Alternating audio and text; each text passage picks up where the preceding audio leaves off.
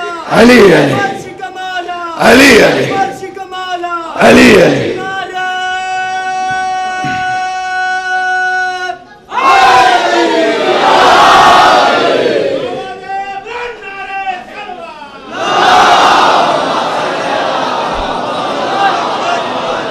مولا سلامت رکھے ان یا علی کہنے والوں کو، ماتم کرنے والوں کو، جلوس اذان میں شرکت کرنے والوں کو، شب داریہ قائم کرنے والوں کو۔ افسر علی کے 4 مصرے میں پڑھ رہا ہوں، آخری مجمع تک کی توجہ، کہ رک گیا روداد اوصاف جلی کہتے ہوئے، رک گیا روداد اوصاف جلی کہتے ہوئے، کیوں جھجکتا ہے ولی کو تو ولی کہتے ہوئے؟ رک گیا روداد اوصاف جلی کہتے ہوئے، کیوں جھجکتا ہے ولی کو تو ولی کہتے ہوئے؟ جب اسے مولا کل تسلیم کرتا ہے تو پھر موت کیوں آتی ہے تجھ کو یا علی کہتے ہوئے؟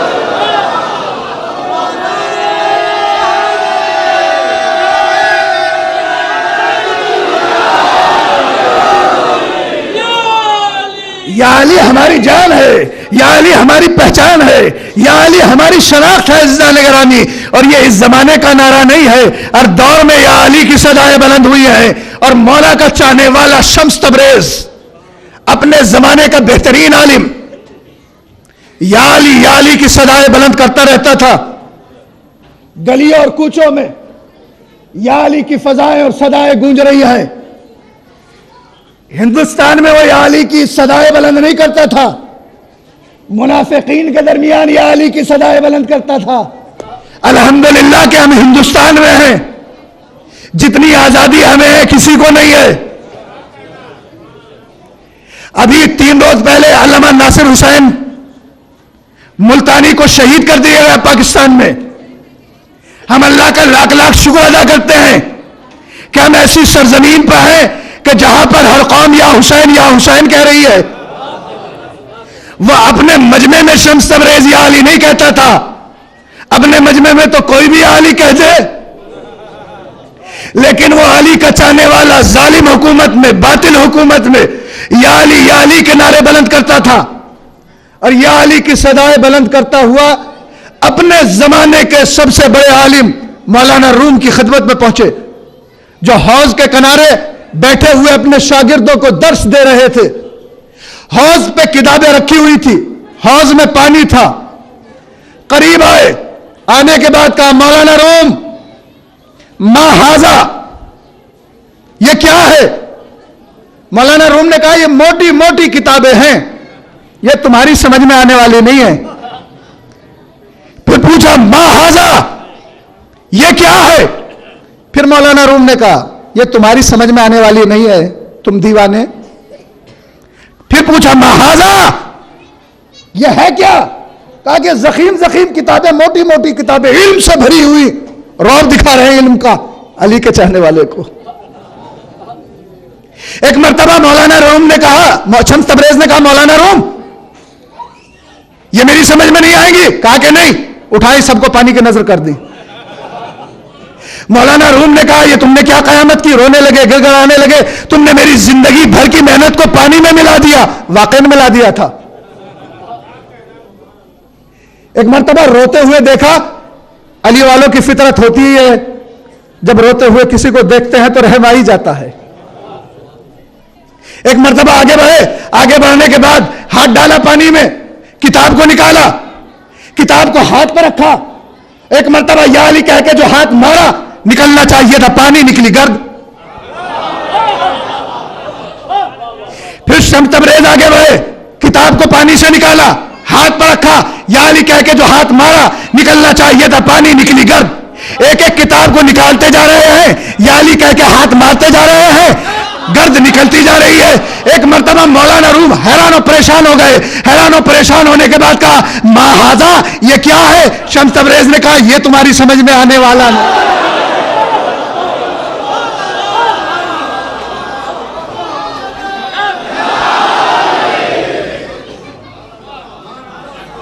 تو عزیزان گرامی, ہم تو علی کے چاہنے والے ہیں. دیکھیے مولا کی فضیلتوں کے گوشے اس لیے سنا دیے کیونکہ یہ بڑی عظیم اور قدیم شب بیداری ہے, اور اگر اس میں فضائل کے گوشے نہ دیے جاتے تو پھر کہاں پہ گوشے دیے جاتے؟ الحمدللہ اپنی معراج کی منزل کو پہنچ چکی ہے مجلس اعزا. تو عزیزان گرامی, علی کی محبت ہمارے دل میں ہونی چاہیے. دین کو سمجھے تاکہ ہم فطرت بیدار کریں, اور جب فطرت بیدار ہوگی تو اللہ کی عبادت کرنے لگیں گے. تو پنجتین عقیدہ رکھنا ہمارے اوپر واجب ہے. توحید پہ عقیدہ رکھنا, عدل پہ عقیدہ رکھنا, نبوت پہ عقیدہ رکھنا, امامت پہ عقیدہ رکھنا, اور قیامت پہ عقیدہ رکھنا. آج دنیا یہی تو نعرے بلند کر رہی ہے, نمازیں پڑھیے قیامت آ رہی ہے, روزے رکھیے قیامت آ رہی ہے, حج دیجیے قیامت آ رہی ہے, زکوٰۃ ادا کیجیے قیامت آ رہی ہے. تو عزیزان گرامی, وہ اور ہیں جو قیامت کی وجہ سے نمازیں پڑھتے ہیں, وہ اور ہیں جو قیامت کے خوف سے روزے رکھتے ہیں. ہم تو اس علی کے ماننے والے ہیں. جب وہ فرش مصلی پہ جاتے تھے تو کہتے ہوئے نظر آتے تھے, اے پروردگار میں تیری عبادت نہ شوق جنت میں کر رہا ہوں نہ خوف جہنم میں کر رہا ہوں, بلکہ تجھے لائق عبادت سمجھتے ہوئے تیری عبادت کر رہا ہوں. تو عزیزان گرامی, آج دنیا قیامت قیامت کے نعرے بلند کر رہی ہے, اور ایک تو ٹی وی چینل 2012 میں قیامت لانے والا تھا, اور ہر ایک کا نعرہ قیامت آ رہی ہے قیامت آ رہی ہے. لیکن پوری دنیا میں تمام مضطرب, تمام پریشان, لیکن ایک قوم ہے, ایک ملت ہے, ایک فرقہ ہے جو بڑا مطمئن ہے. جگہ جگہ بم وسفوٹ ہو رہے ہیں, اسی طریقے سے فرش اعضا بچھ رہی ہے. شیعہ قتل کیے جا رہے ہیں, اسی شان کے ساتھ جلوس نکل رہے ہیں. زیارتوں میں بم وسفوٹ ہو رہے ہیں, زائرین کربلا میں اضافہ ہو رہا ہے. دن بہ دن زائرین نجف میں اضافہ ہو رہا ہے. دنیا حیران و پریشان ہے, آخر یہ قوم قیامت سے کیوں نہیں ڈر رہی ہے؟ تو جب ہمارے علماء کی خدمت میں آئی, آنے کے بعد پوچھنے لگے آپ کی قوم ڈرتی کیوں نہیں قیامت سے, تو ہمارے علماء نے مسکرا کے جواب دیا, اس لیے کہ اس قوم کے بچے بچے کو معلوم ہے کہ ہمارے یہاں پر امامت پہلے آئے گی, قیامت.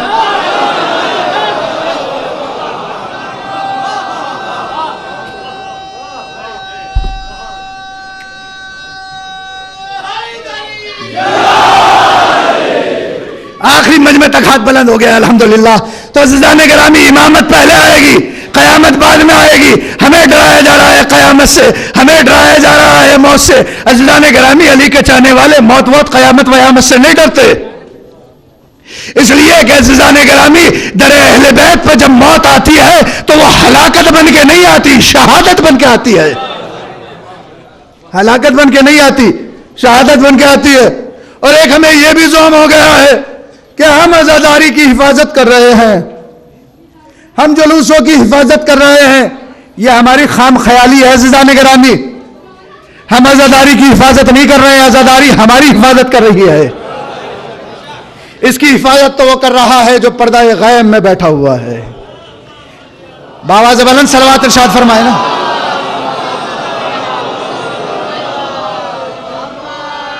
اور ایک اور فرقہ نکلا ہے ہم میں بھی, جو نماز کو عزاداری سے ٹکرا رہا ہے, عزاداری کو نماز سے ٹکرا رہا ہے.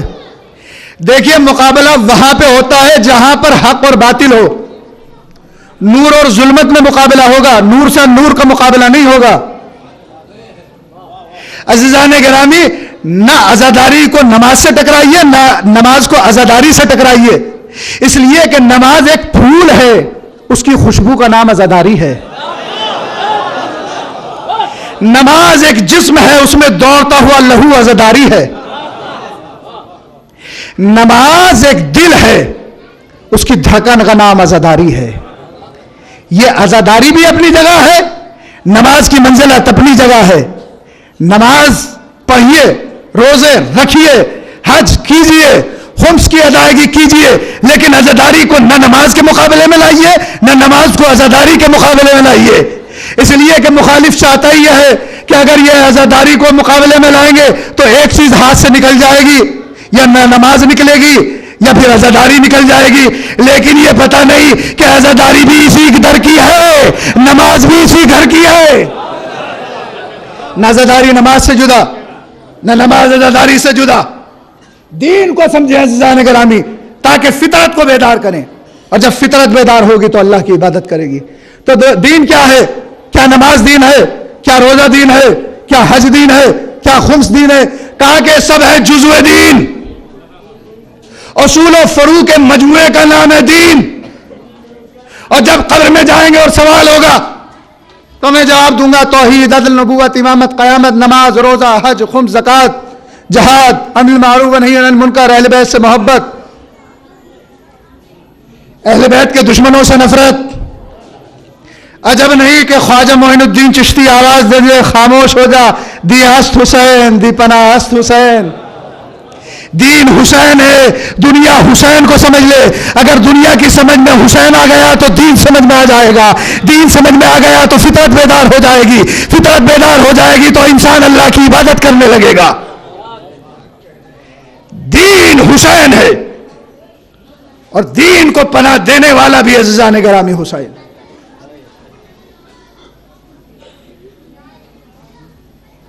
اس لیے کہ حسین ابن علی نے صبح عاشور سے عصر عاشور تک 72 قربانیاں دے کر دین کو بچایا ہے. اور ان 72 قربانیوں میں ایک قربانی حسین ابن علی نے بڑی عظیم دی ہے. ایک ہندو مورخ لکھتا ہے کہ میں نے ایک ایک شہید کی تاریخ شہادت کو پڑھا ہے، لیکن میرے آنسو نہیں نکلے. میں نے حر کی شہادت کو پڑھا، پسر حر کی شہادت کو پڑھا، حبیب کی شہادت کو پڑھا، یہاں تک کہ میں نے اونا محمد کی شہادت کا مطالعہ کیا. میں نے غازی عباس کی شہادت کو بھی پڑھا. حد یہ ہے کہ میں نے شہزادہ علی اکبر کی شہادت کو بھی پڑھا، لیکن میری آنکھوں سے آنسو نہیں نکلے. لیکن میں نے جب کربلا کے ایک ننھے ششماہ علی اصغر کی شہادت کو پڑھا، ارے میں تڑپ کے رونے لگا. کیا کربلا کے میدان میں ایسے بھی شہید کیے گئے جنہیں تیر کھانے کے بعد یہ معلوم نہیں تھا کہ رویا جاتا ہے یا مسکرایا جاتا ہے. میں کہوں گا میرے بھائی، تو نے اپنی معرفت کے اعتبار سے جملہ کہہ دیا، لیکن علی اصغر جانتے تھے کہ اس موقع پہ رونا چاہیے یا ہنسنا چاہیے. جزاک اللہ خیر الجزا. پروردگار کوئی غم نہ دے سوائے غم سرکار سید الشہداء کے. اس لیے کہ یہ شب بیداری شہزادہ علی اصغر اور اسیران کربلا کی یاد میں منعقد کی جا رہی ہے. کون شہزادہ علی اصغر ہے؟ وہ شہزادہ علی اصغر کہ کربلا میں جسے 2 مرتبہ شہید کیا گیا. جزاک اللہ خیر الجزا. پروردگار آپ کو کوئی غم نہ دے سوائے غم سرکار سید الشہداء کے. آپ کی آوازیں بلند ہو چکی ہیں، جو مرادیں مانگنی ہے وہ مانگ لیجیے شہزادہ علی اصغر کے صدقے میں. جو بے اولاد ہے پروردگار تجھے انہیں اولاد نرینہ عنایت فرما.